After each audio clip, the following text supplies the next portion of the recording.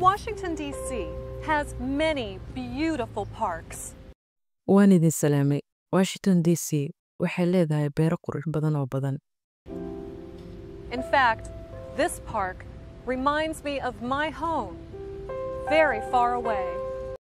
Runtii beertani waxay soo xasuusisaa gurigaygii oo meel fog ah. Anna, here's your coffee. Ana, waa kan kafeegaagii. Thanks, Marcia. Mahadsanid Marsha. What's wrong? Maxaa qaldan? I'm thinking about my family. I am feeling homesick. Waxaan ka fikirayaa qoyskaygii. Waan u xiisay gurigaygii. You want to talk about it? Ma rabtaa inaad ka hadasho? Sure. I have some photos.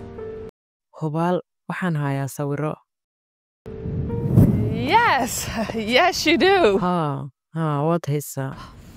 Photos really help. Sawirradu runtii waa caawimaad. This is my mother, and this is my father.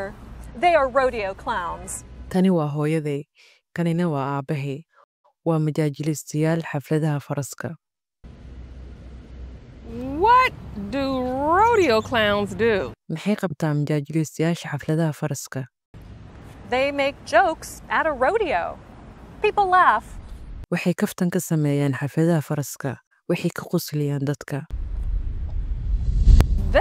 That's very different. Taasi waa mid aad u yaab badan. Who is that woman in the picture? Waa tuma haweeneydan sawirka ka muuqata. That is my Aunt Lavender. She is my mom's sister.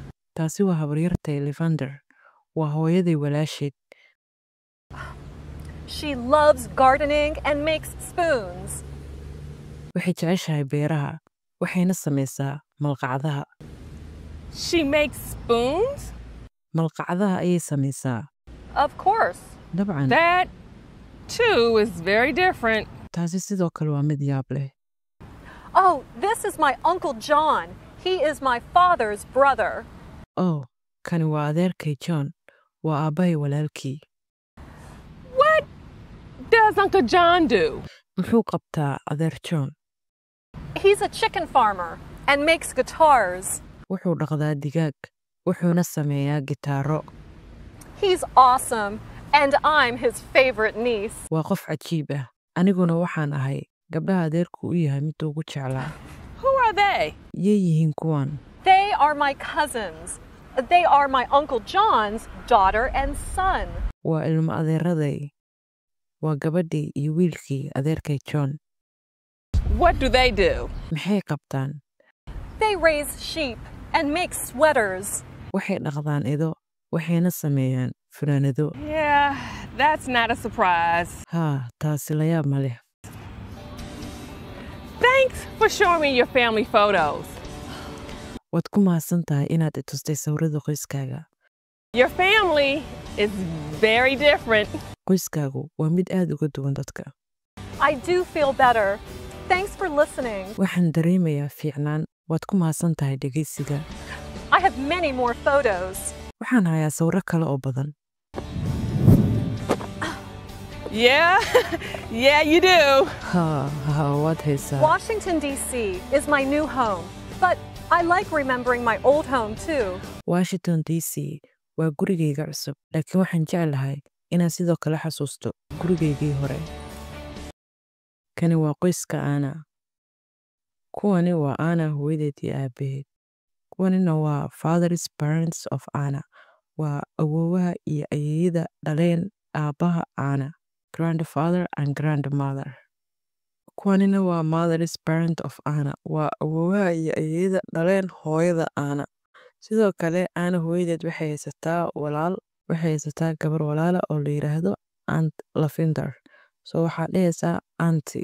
Qofka hooyada la dhashay oo dumarka ah waxaa ugu yeeraysaa af Ingiriiska auntie, habaryar. Sidoo kale Anna aabaheed wuxuu haystaa walaal oo la yiraahdo John. So asagana af Ingiriis waxaa ugu dhawaaqaysaa uncle. So uncle waa adeer. Sidoo kale Uncle John wuxuu haystaa gabar iyo wiil. Waana cousiniska ama ilma adeerada Anna. Sidoo kale Anna waxay haysataa walaal. Walaalkaas wuxuu haystaa 2 caruur ah. Labadaas caruurta aana waxay u tahay eedo. Wiilka waxaa la leeyahay nephew. Gabadhana waxaa leedahay niece. So it means waxay ka dhigan tahay taas gabadha eedada u tahay ama gabadha adeerka u tahay waxaa ugu dhawaaqaysaa niece. Wiilka eedada u tahay ama wiilka adeerka u tahay hadaa nintaana waxaa ugu dhawaaqaysaa nephew.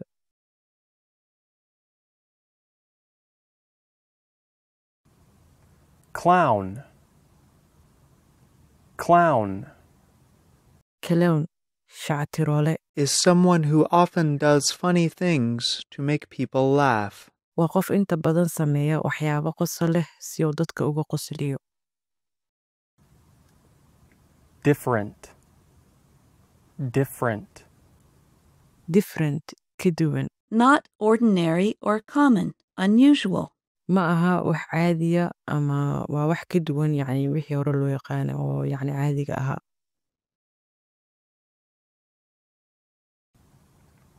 Feel. Feel. Feel, dareen. Is used to describe or ask about someone's physical or mental state. Waxaa loo isticmaalaa in lagu qeexo ama la weydiiyo qof xaaladiisa jireed ama maskaxeed. Gardening. Gardening. Garden, To work in a garden, to take care of the plants in a garden. in laga shaqeeyo beerta si aad u daryeesho dhirta beerta. Guitar. Guitar. Guitar, gitaarka. Is a musical instrument that is held against the front of your body and that has usually 6 strings, which are played with your fingers or with a pick. Waa qalab muusig oo lagu hayo dhinaca hore ee jidhkaaga oo leh 6 xadhig oo lagu ciyaaro farahaaga ama la qaado. Homesick. Homesick. Homesick, guri u xiisid. Sad, because you are away from your family and home. Murugo sababtoo ah waxaad ka maqan tahay qoyskaaga iyo gurigiinii. Joke. Joke. Joke, kaftan. Is something said or done to cause laughter. Wax in la yiraahdo ama la sameeyo si qosol loo sameeyo. Laugh. Laugh. Laugh, qosol. To show that you are happy or that you think something is funny by smiling and making a sound from your throat. Haha. Si aad u muujiso inaad faraxsan tahay ama aad u malaynayso in wax lagu qoslo adiga oo dhaala cadaynaya oo shanqadh dhuunta ka soo bixinaya sida hahaha. Make. Make. Make, samayn. To build, create, or produce something by work or effort. In la dhiso, la abuuro ama la soo saaro wax iyadoo laga shaqaynayo ama yacni dadaal iyo juhdi lagu bixinayo.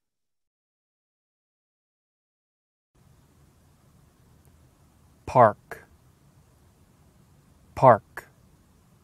Park, beerta. Is a piece of public land in or near a city that is kept free of houses and other buildings and can be used for pleasure and exercise. Park waxaa loo yaqaanaa waa meel public ah oo dadka dhan ka dhexayso oo magaalada u dhow laakiin mataqaanaa gurigii maaha yacni guryo mukaalan like dadka marka waxay u imaadaan inay mataqaanaa ku nafisaan exercise ku sameeyaan adi beer la iska dhigi kartaa.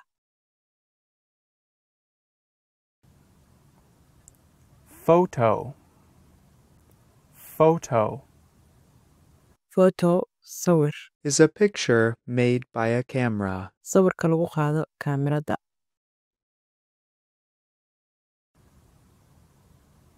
Raise. Raise. Raise, korin. To keep and take care of animals or crops. In la ilaaliyo oo la daryeelo xoolaha ama dalaga. Remind. Remind.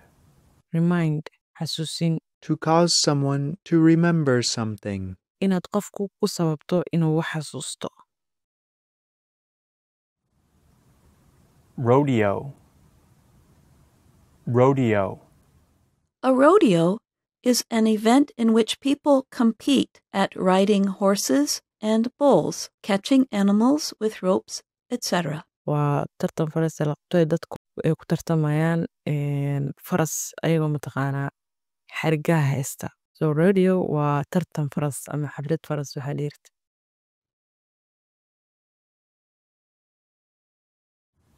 Sheep. Sheep. Sheep ido. Is an animal with a thick woolly coat that is often raised for meat or for its wool and skin. Waa xayawaan leh duf badan oo inta badan loo dhaqdo hilib ama dhogorta iyo maqaarka in laga isticmaalo. Spoon. Spoon. Spoon qaado ama malqacad waxa u taqaan. Is an eating or cooking tool that has a small shallow bowl attached to a handle. Waa wax lagu cuno ama wax lagu kariyo taasoo leh meel yar oo hore u godan oo baaquli camal ah qayb iyo qayb gadaaloo la qabto. Sweater. Sweater. A sweater Funaanad is a warm, usually knitted piece of clothing for the upper part of your body. waa funaanad diiran oo dhogor ama dun laga tolay oo lagu xidho oo la gashto ama lagu xidho qaybta sare ee jirkaaga si yacni qabowgii waxyaabahaas ay kaaga ilaaliso. Waagaag halkaas ayuu nooga yahay cashirkeenii 12aad ee ciwaankiisu ahaa Meet My Family. inta kulmi doonaa cashirka xiga waxaan kaga tegayaa. Asalaamu calaykum waraxmatullaahi tacaala wabarakaatu.